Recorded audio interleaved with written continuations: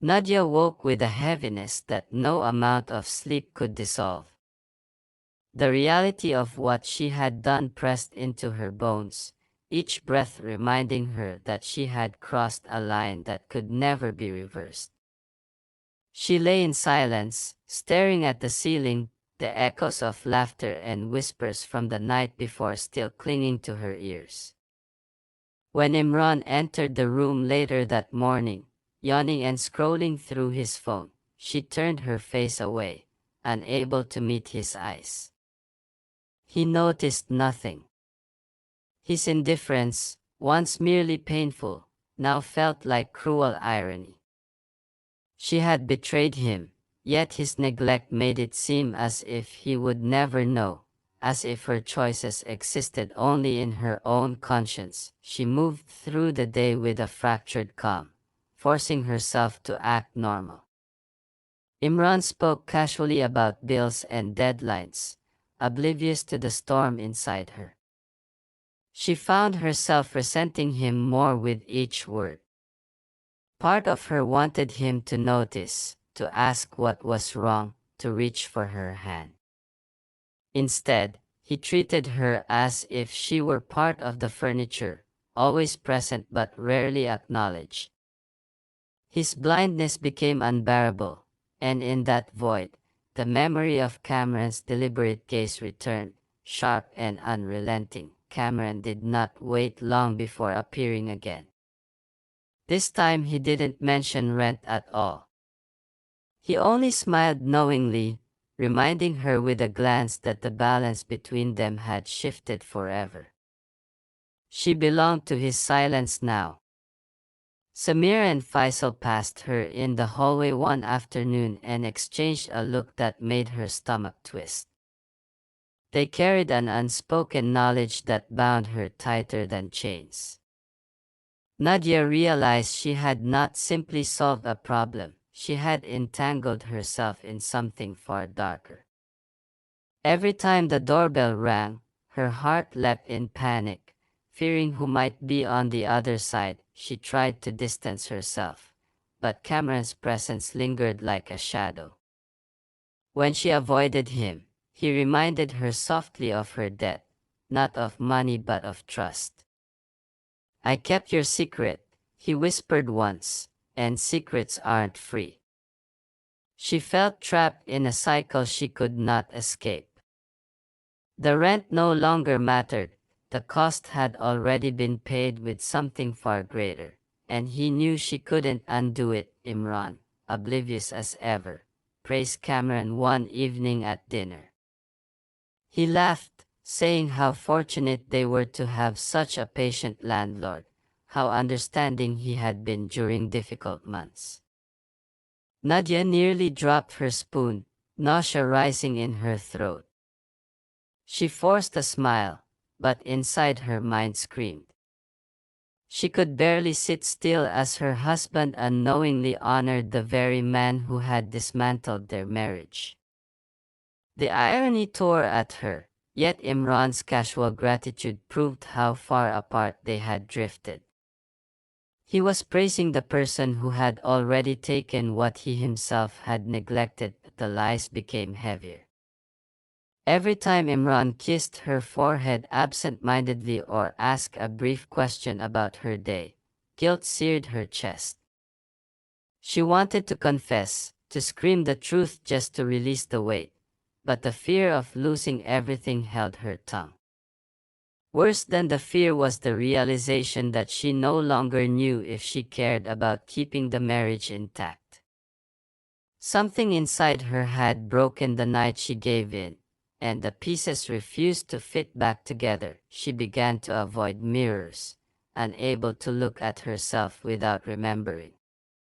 Each reflection felt like an accusation, each shadow a reminder of choices she could not erase. At night she lay beside her husband, wide awake, hearing his steady breathing while her own chest ached with secrets. The distance between them no longer came from his neglect but from her betrayal. The silence that once felt lonely now became suffocating, filled with echoes of promises she could never keep again. Cameron's control grew more insidious. He no longer needed to speak of rent. His silence was enough. Every nod, every smirk from Samir and Faisal told her they would never forget, and neither could she. Her life had shifted into a quiet torment, a daily act of pretending. She smiled at Imran, cooked meals, played the role of the faithful wife, but beneath the surface she knew the truth. She belonged to a secret that would haunt her forever. The night Imran finally sat with her, telling her he was grateful for her patience during hard times, Nadia felt something inside her collapse. His words should have comforted her, but instead they carved deeper wounds. He still didn't see her, didn't recognize the depth of her loneliness, and now he never would. She realized she could never tell him, never free herself from the burden. Cameron had been right, some debts were not measured in money. She had paid hers in silence, and it would cost her everything she thought she was. From that moment on, she knew nothing between her and Imran would ever be the same. She could play the role, keep the house running, pretend their marriage stood unshaken, but the truth lived inside her like a shadow she could never outrun. The rent was settled, but the price was permanent, and every day forward would remind her of the night when one choice rewrote the course of her life forever. This is section 3, 770 words, focusing fully on fallout, control, and irreversible consequences. Do you want me to now combine all 3 sections into one full 2,000 plus word script for the final version, or keep them separate for now?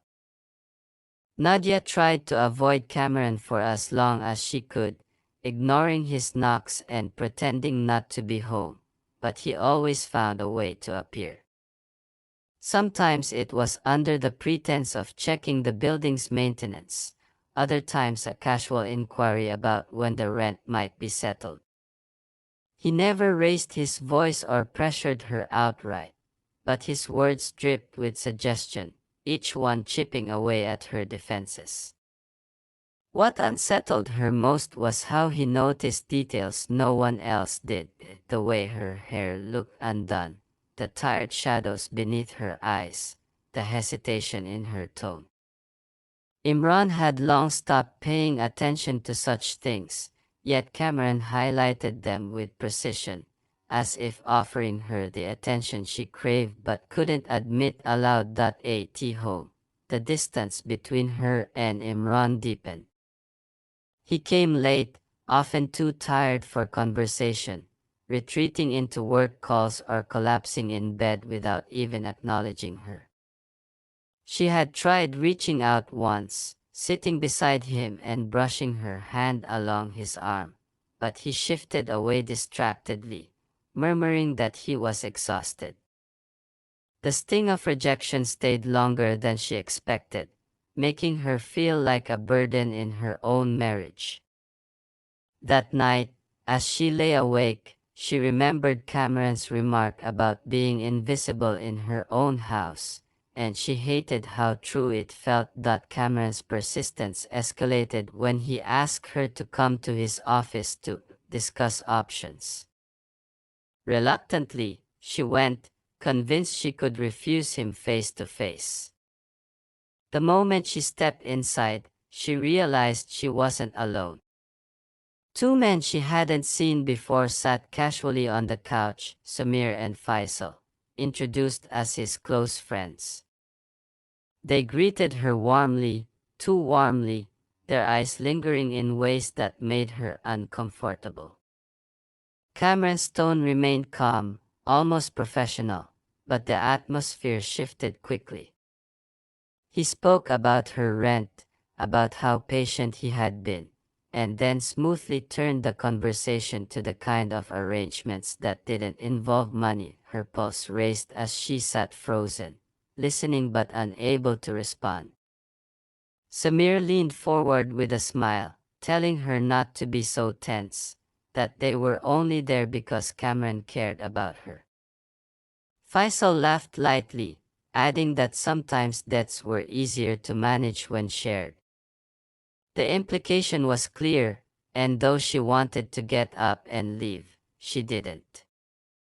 Something held her there, something she didn't want to admit to herself, a mix of fear, curiosity, and the crushing weight of desperation. That night, when she returned home, Imran barely looked up from his laptop. She tried to tell him she felt overwhelmed, tried to reach out for some acknowledgement, but he brushed her off with a distracted, "I'll figure something out soon." The loneliness became unbearable. The more he dismissed her, the more Cameron's voice seemed to echo in her head. She wanted to resist, but the temptation of being seen, of being acknowledged, began to blur her sense of right and wrong. Cameron visited again, this time without the pretense of rent discussions. He told her he understood her struggle, that he admired her strength, that she deserved comfort instead of neglect. His words struck the deepest part of her vulnerability. She told herself she wouldn't give in, yet her silence betrayed her resolve. He noticed, leaned closer, and reminded her that sometimes the line between survival and surrender wasn't as rigid as she believed. The following days were a torment of self-battle. Nadia hated herself for even considering his offer, but the reality of her situation loomed large. Eviction notices could come at any moment, and her husband showed no signs of change. She asked herself if loyalty meant anything when it felt so one-sided, when her sacrifices seemed invisible. Each thought pulled her closer to the edge she once swore she would never cross. When Cameron invited her again, Samir and Faisal were there once more. The men treated her with an ease that was unsettling but intoxicating, their attention filling the void Imran had left. Cameron whispered that no one needed to know, that this was only between them, and that it would solve everything. For the first time, Nadia didn't walk away. She justified it in her mind, telling herself it was just one choice, one mistake, one moment of weakness. Her heart pounded, her body trembled, but the silence of her home and the neglect of her husband weighed heavier than her vows, and so, in that moment of blurred judgment, she surrendered. The barrier she thought unbreakable dissolved, replaced by an overwhelming mixture of shame and release. She told herself she had no other choice, that Imran had left her to face everything alone. But as the night stretched on, the reality of what she had done settled into her chest like a stone she could never dislodge. This is section 2, 770 words, continuing the act with no repetition. Straight to the point. Do you want me to now move forward and write section 3, 760 words, focusing on the fallout and consequences? Nadia sat at the edge of her bed staring at the unopened envelopes stacked on the nightstand. Each one carried the same reminder, bold letters demanding rent that she had no way of paying. Imran walked past her without noticing, focused on his phone, muttering something about an upcoming meeting before rushing out the door. The house felt colder every day, not because of the weather but because of the silence between them. Conversations had turned into exchanges of necessity, stripped of affection or concern. She had tried to bring up the overdue rent before, hoping he would offer solutions or at least reassurance, but his response had been dismissive, telling her not to worry while he buried himself in work. When Cameron knocked on the door later that afternoon, her stomach sank. He was polite at first, asking if she had spoken to her husband about the payments. She explained nervously that things were difficult, that Imran was trying, that they would find a way. Cameron nodded with an expression that seemed almost sympathetic, yet his words carried weight she couldn't ignore. He reminded her that patience had limits, that he had been understanding for months but couldn't continue without something in return. His eyes lingered a little too long, and his voice lowered when he said, "There are ways to settle things without money." She froze, pretending not to understand, thanking him and closing the door quickly, but the echo of his suggestion followed her into every corner of the house. That night, Imran returned exhausted, complained about traffic, ate silently, and fell asleep on the couch with his phone in hand. Nadia sat in the dim light, staring at him, feeling invisible. She had once believed their marriage was strong enough to survive struggles, but now she questioned whether he even noticed her presence. Her loneliness grew heavier with every passing day, and Cameron's words pressed against her thoughts like a whisper she couldn't silence. She hated herself for even considering the meaning behind his offer, but desperation eroded her resolve. Days passed, and Cameron returned, each time more confident in his approach. He never raised his voice, never acted threatening, but his calm persistence was more unsettling than anger. He told her she looked tired, that she deserved more than to be neglected by a husband who didn't value her. She wanted to argue, to defend Imran, but she couldn't deny the truth in the observation. Imran hadn't touched her in weeks, hadn't asked how she was coping, hadn't even noticed the way she avoided his eyes. Cameron's timing was precise. He spoke to her when she was most vulnerable, when silence from her husband had already hollowed her out. One evening, after Imran rushed out again for another supposed meeting, she found herself pacing in the kitchen, replaying Cameron's last visit. He had leaned closer than before, his tone softer, almost conspiratorial, telling her that loneliness was its own kind of debt, and sometimes debts were repaid in different ways. She felt shame burning in her chest as she recalled the way his hand brushed the counter near hers, how easily she could have stepped away but didn't. That small failure haunted her more than the mounting bills. Sleep became difficult. Each time she closed her eyes, she imagined eviction notices pinned to the door, arguments with Imran, or Cameron's steady gaze breaking down her defenses. Her heart battled between loyalty and survival, but the weight of neglect tipped the balance. She wondered if Imran would even notice her struggle if she confessed, or if he would dismiss her again. The thought that her marriage might already be broken crept into her mind like an unwelcome truth she didn't want to face. By the end of the month, her excuses to Cameron felt weaker, her confidence chipped away. He never pushed too far, but he left his meaning clear, reminding her each time that opportunities don't last forever.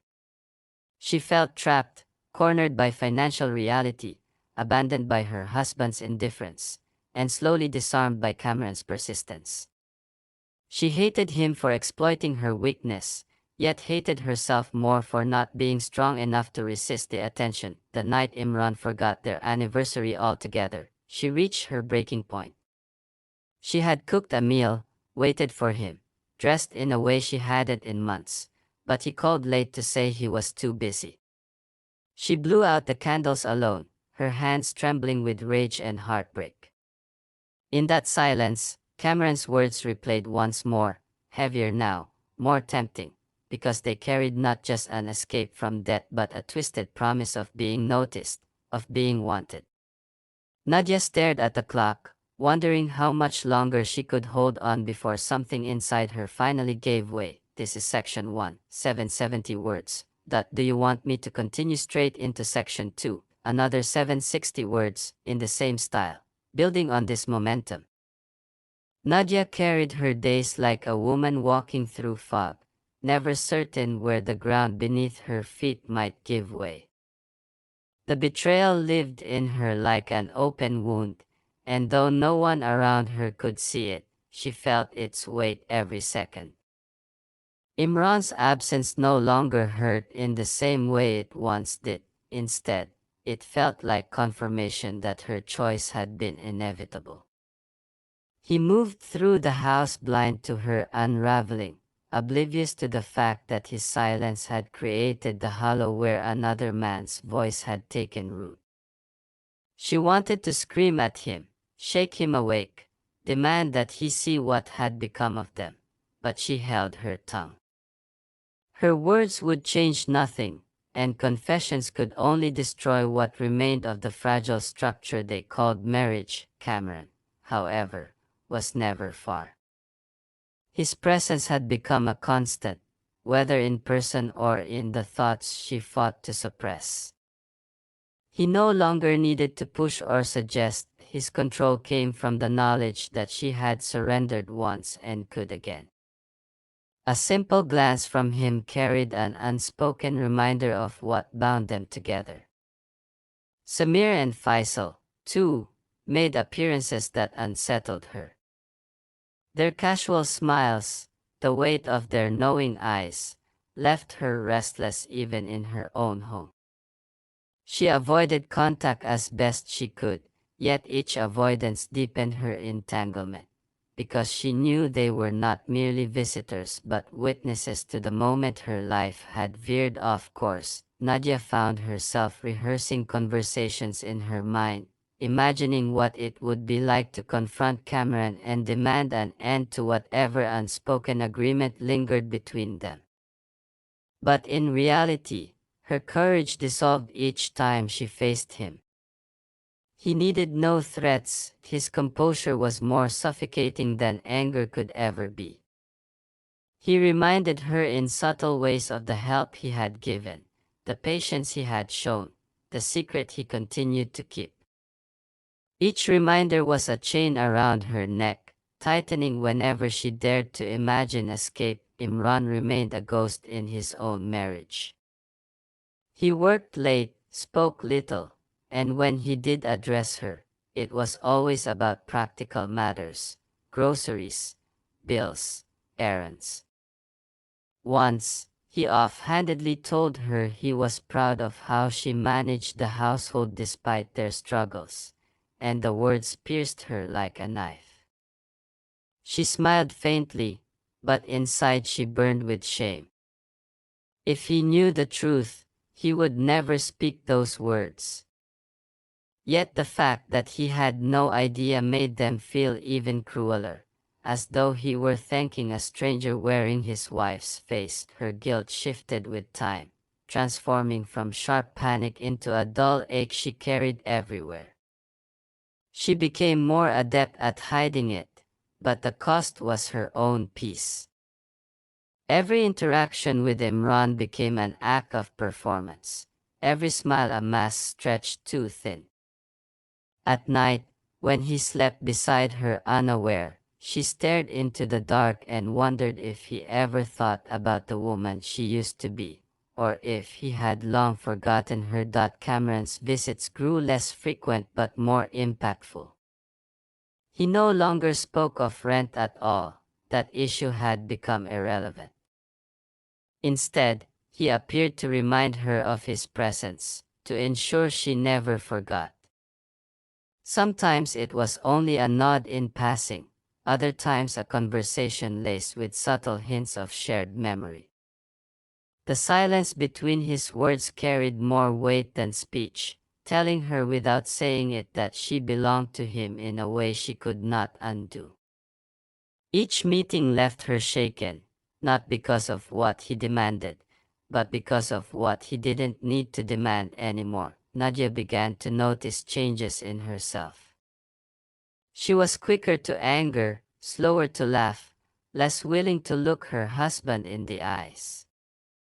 Even small moments of tenderness from Imran felt unbearable, because they reminded her of what she had betrayed. When he touched her hand one evening and whispered that things would get better, she excused herself quickly, locking the bathroom door and collapsing in tears. His words, though well-meaning, carried no weight against the truth she kept buried. The house became a stage where every movement was calculated.